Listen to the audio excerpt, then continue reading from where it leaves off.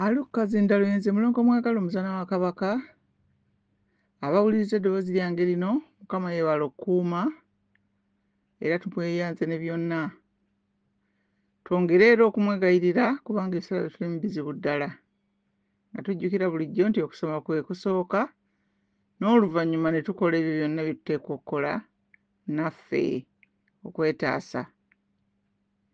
Omwezi gye gutandikidde Buganda bwafiirwa mulema omukyala wa omuzaana wa Ssekabaka Mukaabya Walugembe Muteesa I eyali abeera mu Masiro e Kasubi nga we yafiira yali awezezza emyaka 12. Kinajjukirwa nti Ssekabaka Mukaabya Walugembe Muteesa I yakisa omukono 1884 nga kati wayiseewo emyaka 141. Amannya g'omuzaana ono ag'obuzaale abadde ayitibwa Aida Nabatanzi nga yazaalibwa nga 1912. Yazaalibwa Omugave Yokaana Sseronjogi n'Owenseenene Bulanina baabeeranga e Sselinnya-Mbosiro. Kati omuzaana Nabatanzi ono yasikira ssengaawe yali mulema wa Kabaka Mukaabya e Kasubi era nga Nabatanzi ono ye musika owookubiri eyasikira mulema yennyini eyasooka wa Ssekabaka Muteesa. Era nga bonna bano abazze basika ba Nseenene ng'era bwe tuyinza okukimanya nti nno obusika butambulira mu bika. Era ng'oyo eyasookera ddala ono alyoka amusikira ate naye wabeewo omulala asika n'ono Nabatanzi alyoka asike. Ng'oyo eyasookera ddala yali muwala wa Kizza eyali Pookino ku mulembe gwa Ssekabaka Kamaanya Kasengejje, nga Kizza ye mutabani wa Bunnya eyali Kangaawo ku mulembe gwa Ssekabaka Ssemakookiro e Kisimbiri. Ebyo nno bye baatuwadde bannaffe ababadde bakola ebirango ku nsonga eyo nga njagadde mbibayitiremu tumanye bulungi omuntu gwe twogerako. Mulema n'abazaana abalala era n'abasiige b'ebifo byaffe eby'Obwakabaka batuwadde ekyokulabirako ekikulu. Ate ekizimbe ebyafaayo by'Obwakabaka bwaffe mu ngeri ey'omutindo kwegamba gwa waggulu. Okubeera nti abantu bano mu buzibu byonna Buganda mweyise bo basigadde nga bakuumye ebifo byabwe. Omuzaana ono wa Ssekabaka Muteesa I yakuuma ekifo kye.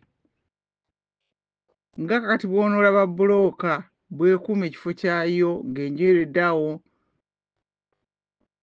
mu kisenge oba kalugende mu kisenge ky'ennyumba we bagizimbira. Kwegamba singa bbulooka eyo eseetuka n'evaawo n'egwa eri ne bwe ziba endala nga weeziri zinywedde, enkuba etandika okuyingira n'ebiwuka biyingira n'abantu ababi bayinza okufuna endowooza eziraba engeri gye bayinza okuyingiramu oba okufuna engeri gye boonoona ebintu ebiri munda byennyini byonooneka olw'okuba empewo buli kyonna ekiyita kiyingira buyingizi. N'ensigo obusigo ziyinza okuyingira ne zigwayo n'enfufu n'efuumuka ogenda okulaba nga n'emiti munda gimeze. Kale naye nga bwe gubeera nti nno kino ekizimbe ekyaffe ekya Buganda nti gubeera muganda nga gw'abantu. Omu bw'ava mu kifo oba bw'atakola ekyo ky'ateekwa kukola, waliwo abalala abayinza okugezaako okufuba okutaasa embeera, naye tulina okukimanya nti abo babeera bamenyeka. Kwegamba okulaba nti nno okubeera nga bafuba nnyo bakola ekisinga ekyabwe kubanga balina okukuuma ebifo byabwe ate ne bajja n'okujjuuliriza wano awavudde abatakola gwabwe oba abavudde mu bifo byabwe, kwegamba nga bagezaako okulaba nti nno obuzibu obwandivudde mu ekyo tebutuukawo kugamba kiyinza okubakooya ennyo era oluusi wayinza okubaawo okutendewererwa n'obukuumi obuba buva mu kizimbe kino n'ensonga eyakitonderwa oyinza okulaba ng'egenda esebengerera mpola. Waliwo omuvubuka omu eyabuuzizza nti lwaki tugamba ng'omuntu avudde mu bulamu wano mu Buganda nti ayisa abasajja gutusinze twakuumye bubi, lwaki twogera bwetyo, guliwo gutusinze, twabadde tukuuma ki? Ekyo n'abazadde ndowooza tulina okibuulira, nze kubanga kye namanya kye kino kye ngenda obbabulira, naye ng'abazadde bulina okinnyonnyola abaana babeere nga boogera ebintu bye bategeera, abavubuka n'abantu abalala bonna kwegaba okubyogerako nti singa obeera okyogeddeko nga bamukyogeddeko nga wonna we muli ensonga yonna ebebaddewo kirungi n'okinnyonnyola nti omanyi lwaki tugamba bwe tuti gwega ne muba nga abaana bafuna okumanya okwo nti obukuumi bwaffe, obumu bwaffe bwe bukuumi bwaffe. Omuntu yenna bw'afuna obuzibu mu Buganda naddala obukwata ku byobulamu tubeera tetwakoze kimala okutangira obuzibu obwo. Naye kwegamba nti kyetuva tugamba nti gutusinze kubanga gubeera musango gwaffe, kubanga ensolo endala zonna nazo zikola ne zitambulira wamu, tuziraba nga ne zikolera wamu ebintu byazo era ne zikola ebintu nga zikwatagana bulungi. Naffe bwe tukwatagana obulungi gye tukoma okukikola, gye tukoma okubeera nga tulina obukuumi.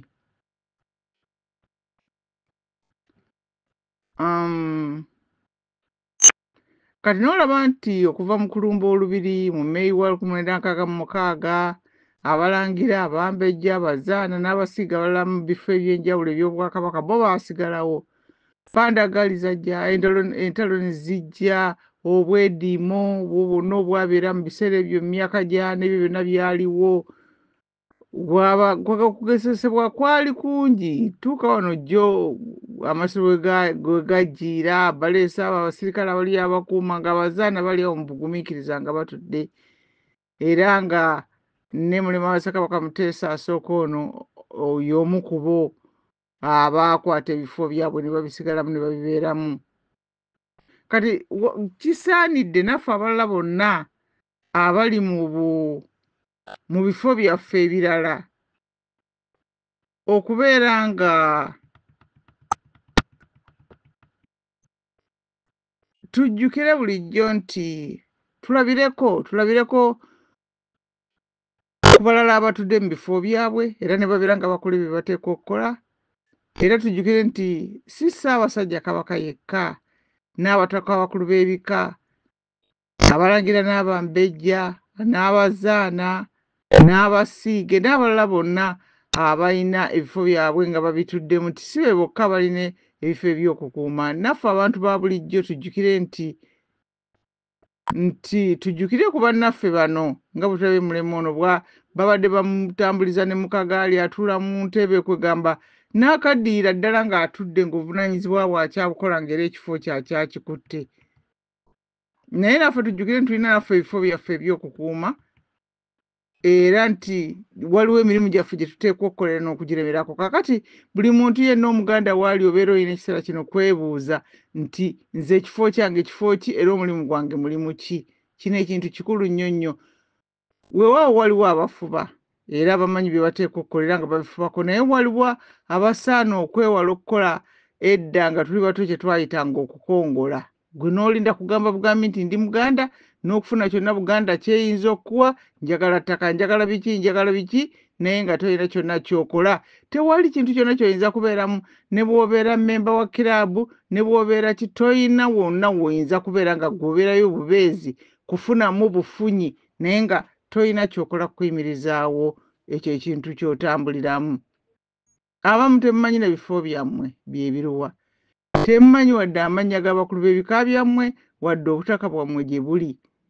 Temugendangako yo wadde ddala abantu abali ebweru, ogendanga n'okola ebirala, tolowooza na kulowooza nti nno waliwo ky'olina okukola ku kika. Ate ekisinza okuleeta omutawaana nti nno abazadde abasinga obungi bo babadde bafaayo ku bika byabwe era nga bamanya ebiteekwa okukolebwayo, naye ne baleka ng'abaana baabwe tebabategeezezza bintu bino nga bwe biteekwa kubeera, naye kyokka nga bagamba nti baagala obutebenkevu, nga bakaabira eddembe ne mutamanya nti obutebenkevu bubeera bwa kintu bulambirira bwakyo ng'omubiri bwe gutasobola kwesiima oba nnyinigwo okuwulira nti buli kimu kiri bulungi kiri mu nteeko ng'alina ebbwa eddene eritawanya omukono. Wali ofunyeko ku ntunuka ekwata engalo bugalo emu n'ezimba n'etujja n'owulira nga tolina kiddako n'owulira nga we n'eddembe tolina. Twetereze tuleme okubeera entunuka eri eggwanga lyaffe kubanga era tewali ayagala kubeera na maka ng'oli mu maka nga gakulira gwe maama wamu gwe tata wamu naye nga mulimu abaana oba wadde ne bwabeera mwana omu bw'ati naye nga ye yeekolera byenga era tafa era teyeenyigira mu bya bulungi bwa bonna okutambuza amaka ogwawamu okwawamu oba agambe nti njoze essowaani oba njera olujja nga ye ebyo tabiyingiramu era ne babimugamba tabikola. Abantu abalala mu maka bajja kwemulugunya era bajja kubeera nga bafuukira akazito. Kwegala ne kivaako n'okuba nti ndo wayinza okubaawo okwogera ebigambo ebitawooma era ebitasaana mu bantu ab'awamu naye ate nga bw'abeera omuto nga bwe tukimanyi bulungi nnyo nti omuntu ng'oyo yakubibwanga okusobola okulaba nti nno asobola okumanya okutambulira wamu ne banne.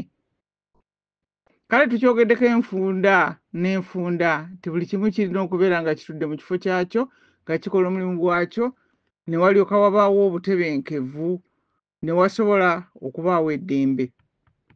Tetusobola kubeera mu ddembe ng'era tulina n'obutebenkevu naye nga ffe buli omu tuli nnagalaala ng'era buli omu yeekolera ye byayagala oba obuteekolera kintu kyonna kwega okubeera awo nga tukola eky'omugeza kyayita selfish. Kubanga buli omu era akyekubeko alabe ne bwe tubeera mu nnyumba zaffe ate ng'ekyo kye kyokulabirako eky'eggwanga kubanga amaka gwe musingi buli omu abaako n'ekyakola era abaana batandika buto ekyokukitegeera nti olaba omwana abeera wa myezi bwezi nga tannaweeza na mwaka naye nga ageegeenya okusiimuula emmeeza ne kyonna ky'asobola okukwatako engalo kubanga era buli muntu okujja mu bulamu bw'ensi eno abeera n'obutume bwe. Tetuli wano okukola bye tusanze wadde bangi ekyo kye tukola naye ate ng'era obutume bw'omuntu bubeera bulina akakwate ku buzaale bwe. Kyova olaba nti omwana bw'abeera nga ali mu maka mwazaalibbwa nga muto agezaako era okugeegeenya ebyo byalaba ebikolebwanga era byabeera nga byafunamu obumanyi. Kati bwe weesanga nga byoliko biri wala okuva ku buzaale bwo olina okwenoonya. Ebiseera bingi obeera weeyawudde ku nteeka za Katonda. Kale bannaffe abali mu bifo ababigumiddemu wakati mu muyaga tubazzeemu amaanyi nga naffe tukola ekyo tukakatako okusinziira mu bifo byaffe mu muganda oguyitibwa Buganda.